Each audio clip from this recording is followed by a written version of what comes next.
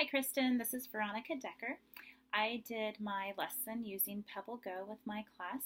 We did it whole class. I checked out the computer cart so that way every student would have their own computer.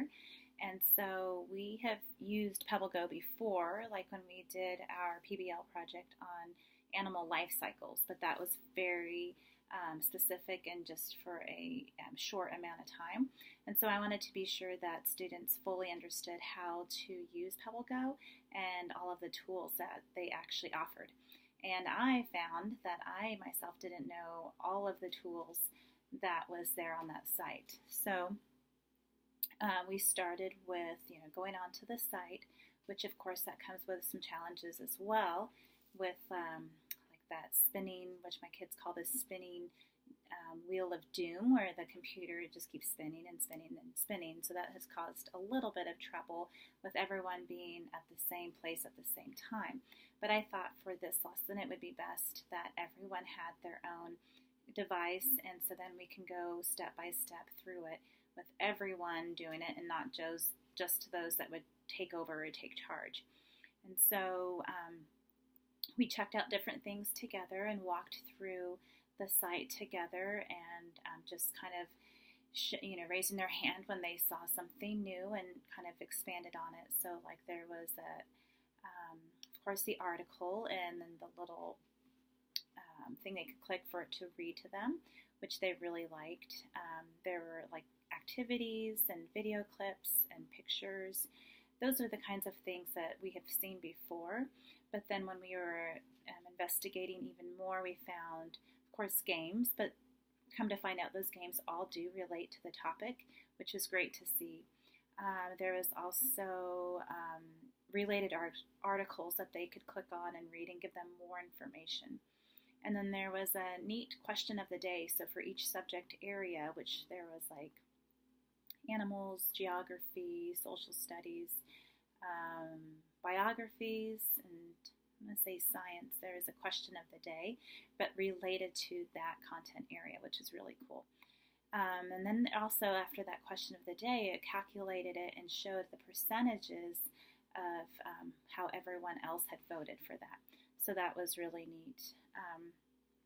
So we went through the site, clicking on different tabs and discovering like what was used for. Oh, there was a neat one, a citation information. And so we've been talking about how it's extremely important to cite your sources. And so there was a citation information tab as well that we spent quite a bit of time talking about.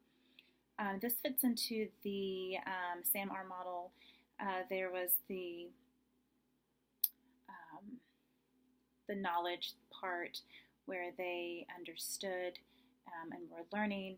So the understanding part of the augmentation and then applying what they know. The modification was that they analyzed the site and they evaluated the site as well. Is this something that they could use that they thought was efficient for them? And then the redefinition, we didn't get to that part because we want to do the podcast, but just kind of ran out of time, especially since we just had Monday, Tuesday, Wednesday. We had conferences on Thursday and Friday, or actually Wednesday and Thursday, but no school Thursday and Friday. So I told them that we would do the podcast to show their learning, so they're really excited about that. So as we went through, I used a lot of teacher tech talk, like, oh, this tab could help me in this way, or this tab could help me in that way. And of course, students were very quick to raise their hand and show what they learned and how they could use it in a better way. There's a lot of comparing and contrasting that we did, looking at the web features versus the text features. And so we used the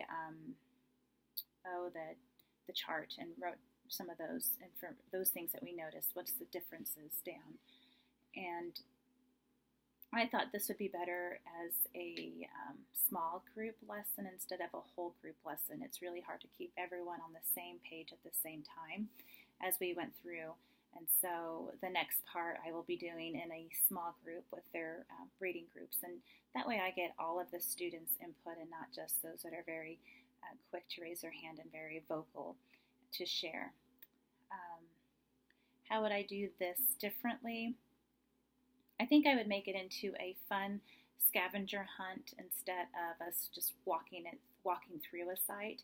And so, of course, there will be plenty more sites that we can go through or investigate and see how to use best.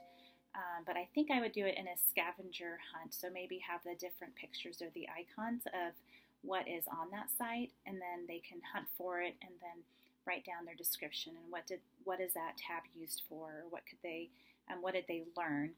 And then also, instead of just writing the information like I had them do with a partner, I would have them make posters, because we do a lot of poster making for vocabulary words in our Reading Street curriculum. And they really enjoy doing that with a partner or a group of 3. And so I think I would have posters made for each of those tabs. And so, one or two or three students would get the tab that said citation information, or the video clips information, and maybe just have it branched off, like here's what I've used it for, and here's what I saw, and here's what it does. I would also